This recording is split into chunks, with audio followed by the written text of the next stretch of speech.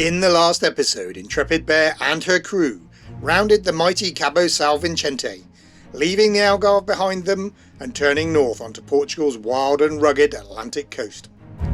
Join us now as we leave the sheltered port of Cascais and push on north to the fishing harbour of Peniche in deteriorating weather.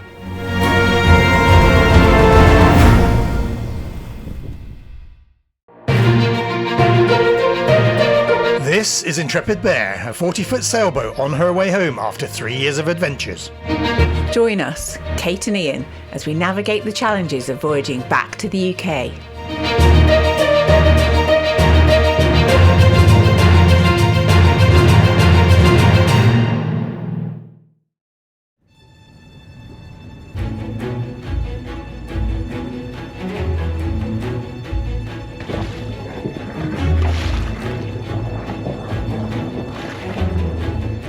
Okay, sleep, sail, repeat. Well, I say sleep. When I say sail, could be motor, but we're off again. It's nearly 7 o'clock. It's a lovely morning. It's lovely and flat. We could do with a bit more wind in this, though, to be honest, but it is forecast to come in a bit more, and it's forecast to be in the right direction. So you never know, we might actually sail today, but like I say, forecast.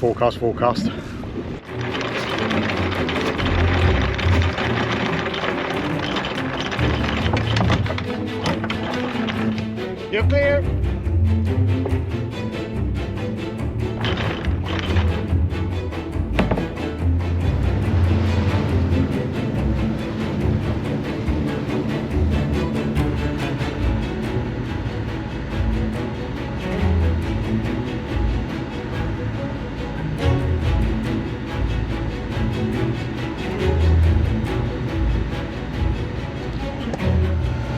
So we've got a 4 PM ETA at 6 knots. So what we're going to do once we get around the next corner onto course, we'll probably turn head to wind, put the sails up, because the wind, although not that strong yet, it is in a good direction.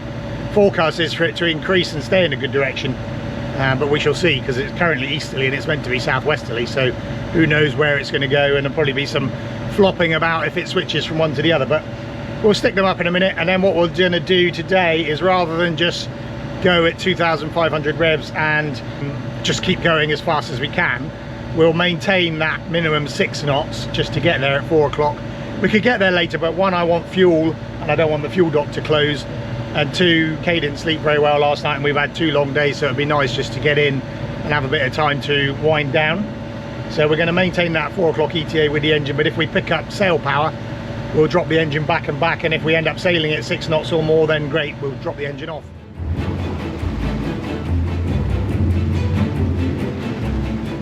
Sadly, as is often the case, the wind did not shape up as forecast. So far, just a bit rolly and crap.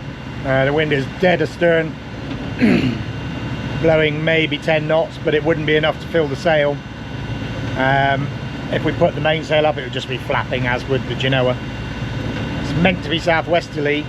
If it goes southwesterly, that'd be ideal, but we shall see if it does.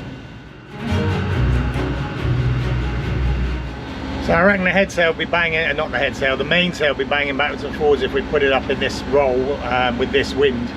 But I think the head sail could be useful, so I'm going to give it a go. It's a bit of a gamble that it might be flapping a bit because we're rolling, but then with the head sail up we shouldn't roll quite as much. So we'll get it up, we'll see what happens.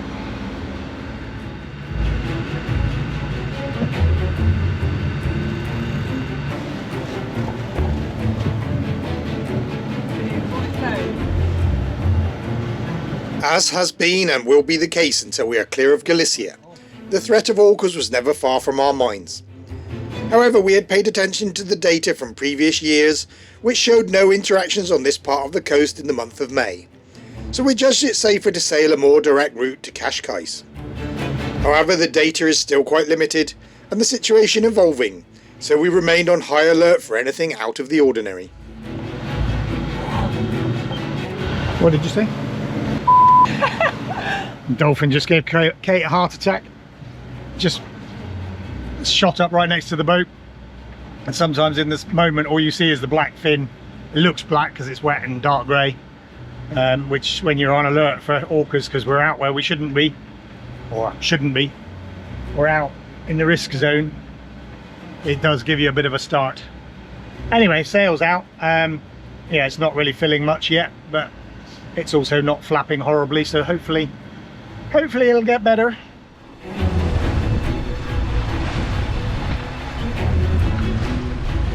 More dolphins again. For some reason they're like, they keep hanging around the boat, which dolphins do, but they're in cahoots with the orcas, lulling us into a false sense of security. But it's just another dolphin, and maybe it won't be. But hey, well, one day we decided to take a calculated risk and go quite far into, off the scale depths, get loads of little playful dolphins come to visit, which is what we need.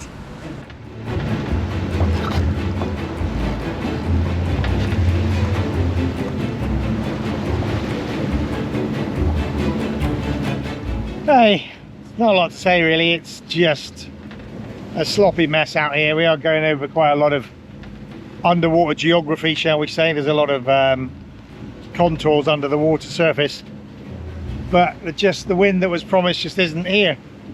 They were giving definitely more west in the wind. Actually, it's dead south at the moment, but they were giving west of south. It's been east of south most of the time. There's this sloppy wind. It's not, it's not terrible, but it's just a slog. There is nothing enjoyable about passages like this.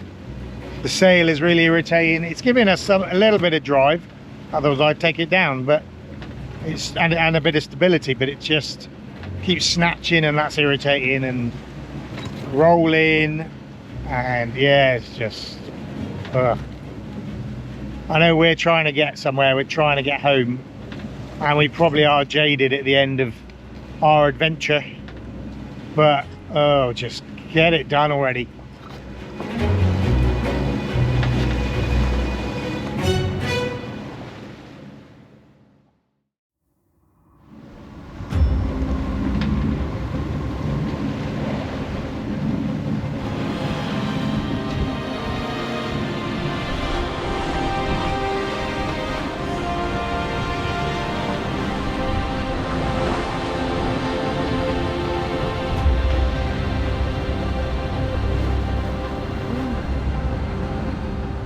It's raining, getting wet, but I'm in training for heading north, so it's okay, I'm not complaining. This is a decision I've made.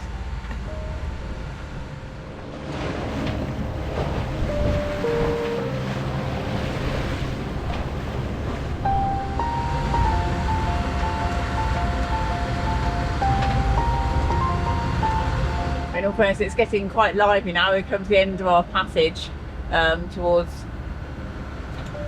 Heading towards Cascais.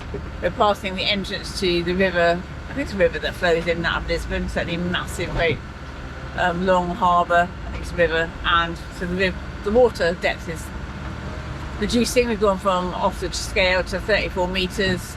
The tide is going into the river, and 14 knots of wind blowing in there. So no wind all day, and now of course got plenty of wind and some rain. And it's grey and it's spicy.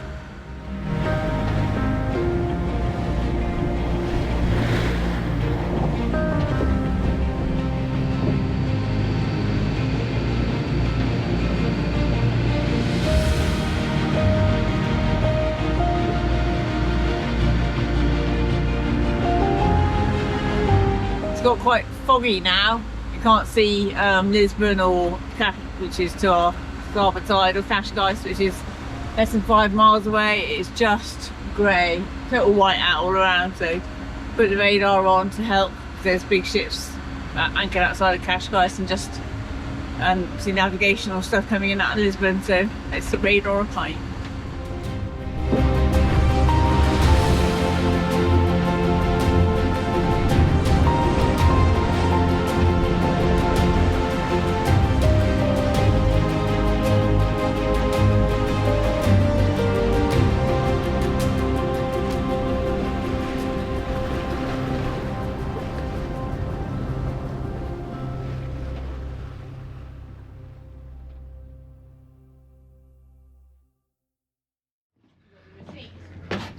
Oh yeah, I'll have the receipt, thanks.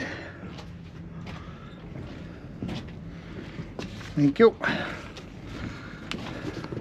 That's a receipt for our access card. So you have to have an access card for the pontoon, €25 cash deposit.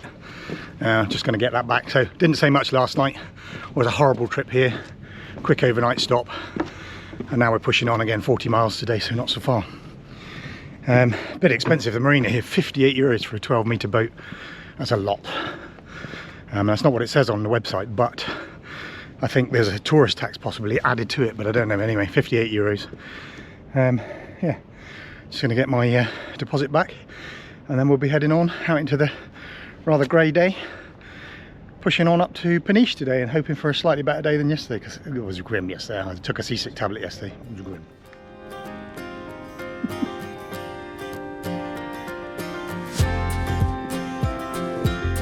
So we've got virtually no wind, just alongside the reception pontoon. I could do some funky springing manoeuvres, but as I have a bow thruster, I'll use the bow thruster. So I'll just kick the bow out to starboard with the bow thruster, simultaneously steering towards the pontoon with the helm, because that will actually kick, although it feels like it will bring the bow into the pontoon, thruster will be bringing it out, and steering towards it will actually kick the stern out.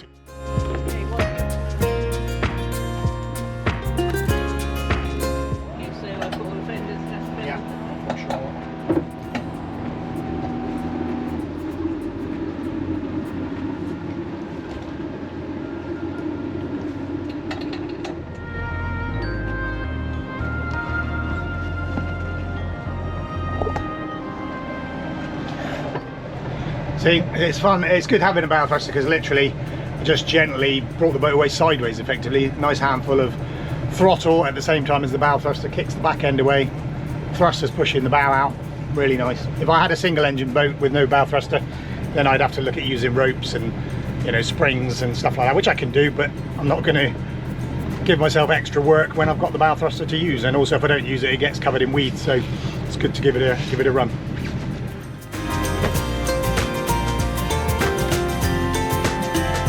Weather feels like we're back in North Europe. The deck's looking slightly like all grey and a hint of green again, so we never went away. Yeah. We almost miss being in Greece. I think I will miss being in Greece, and I'll miss being in warm winters, but we've balanced it all up, haven't we? Yeah. There is no perfect solution that we found yet. Yeah, for us. For us, yeah.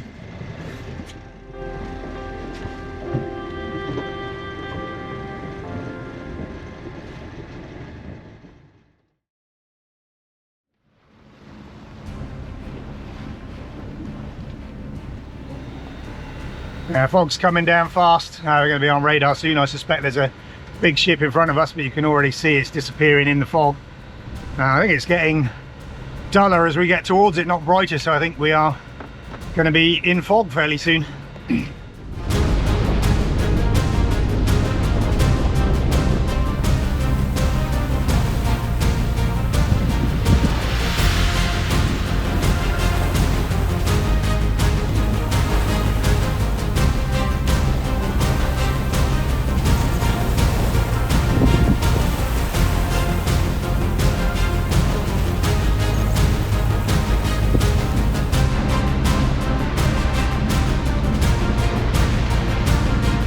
So yeah, we're going to put the head sail out, even though we've got quite a good sailing breeze.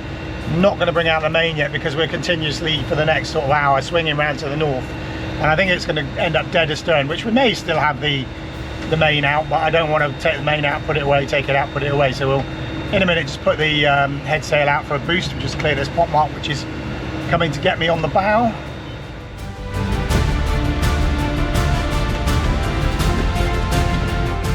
Okay, so sails give us a good boost. We're only doing about 5 before, now we're doing 6, which brings our ETA down to like 4:30. So that's good. Got the radar running, the visibility's clagging right in. There's this series of buoys off our port side up ahead. You can see them on the radar, but you can't see them visibly. Yeah, viz probably half a mile, I guess.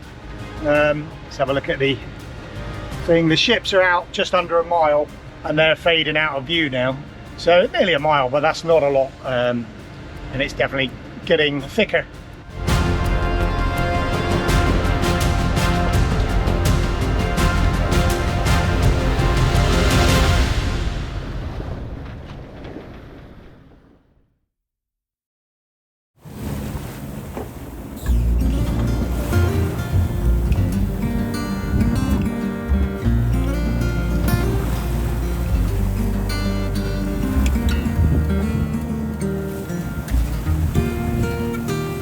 actually a little bit of sunshine now. It's a little bit rolly. We're on our final course now. We have got the head sail out because it's providing a little bit of stability, even though it's not driving very well. The wind did come round a bit, which was great on our last leg, and now we've turned more downwind. It is meant to come round a bit more, so you never know, it may still help us out. What we've done is we've actually reefed the sail a little bit because it was wrapping itself around the radar. I rolled it up completely because it wasn't doing much, I didn't think. But then we felt like we were rolling more, so Kate said, how about bringing it back out, but reefed, so it can't wrap around the radar. I didn't want it to just keep flapping backwards and forwards across the radar, and that was a good idea because now it's reefed a bit. It's still a bit flappy, but it's not wrapping around the radar, so I don't mind it flapping a little bit. So yeah, it's not as bad as yesterday by any stretch so far. We're not rolling as hard. We're making reasonable progress, and it's a shorter hop today, so hopefully it should be all right.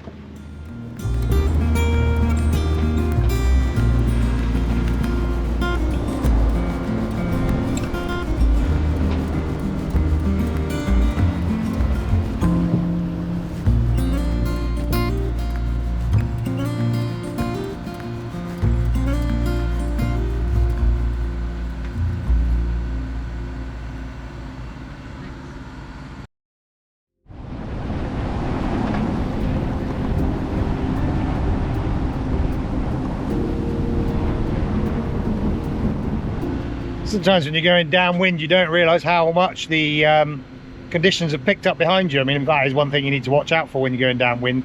We've got 15 or 16 knots at times behind us now, but because we're going 6 or 7 knots, then we only feel half of that, maybe 7 knots. So it doesn't feel that windy to us, and then suddenly you look behind and go, oh, a bit windy back there. So yeah, it's picking up a bit of swell as well, so I hope the entrance to Peniche Harbour is tenable. It should be, but the swell is romping in that way, so might be just a quick whoosh through the entrance. But we've got about an hour and a half to go, 10 miles, so we're nearly there. It's gone very, very grey again. It looks like it could be foggy in at Peniche, but I've just looked on the webcam and it doesn't appear to be foggy right next door to Peniche on the webcam, so hopefully it'll be clear viz for us to get into the harbour.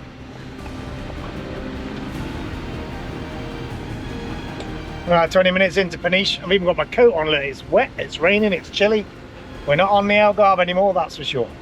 Yeah, it's picked up quite a lot. We're getting 20 knot gusts now, which kind of was forecast, so it is quite lively behind. We're gonna have to get the sail down in a bit, and then we will just, yeah, it could be quite lively approaching the harbour, and then hopefully around into that shelter will be like bliss.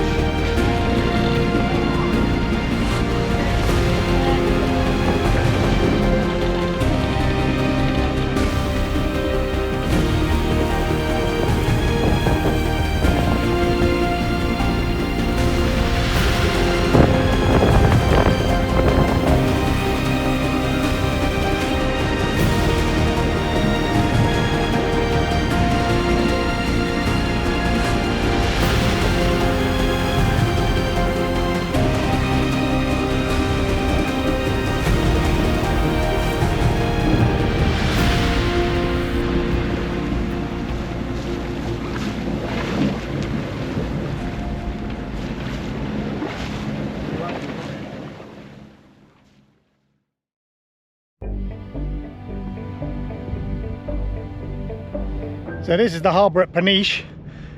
We decided to come to anchor because we've got a couple of days of work.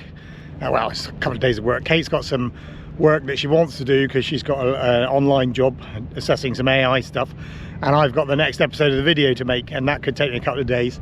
We're probably going to be here for a couple of days because of the weather, because it's turning northerly again. So we may just stay at anchor. We could go into the marina, but why spend money if we're just going to sit on the boat working? So we might just stay out here. But yeah, so anyway, today was all right.